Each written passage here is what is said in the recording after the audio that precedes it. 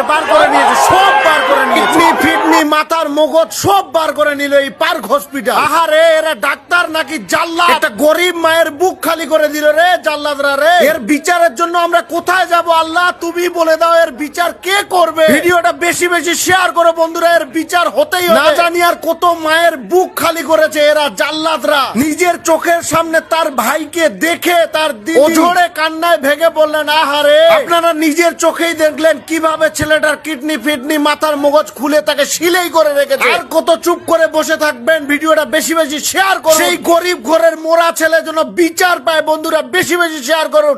আর এই park হসপিটালকে bend করা হয়, মানুষের কিডনি বিক্রি করে টাকা দিয়ে পুলিশ ভাড়া করে নিয়ে এসেছে। দেখুন অন্যায়ের কোনো বিচার নেই আজ।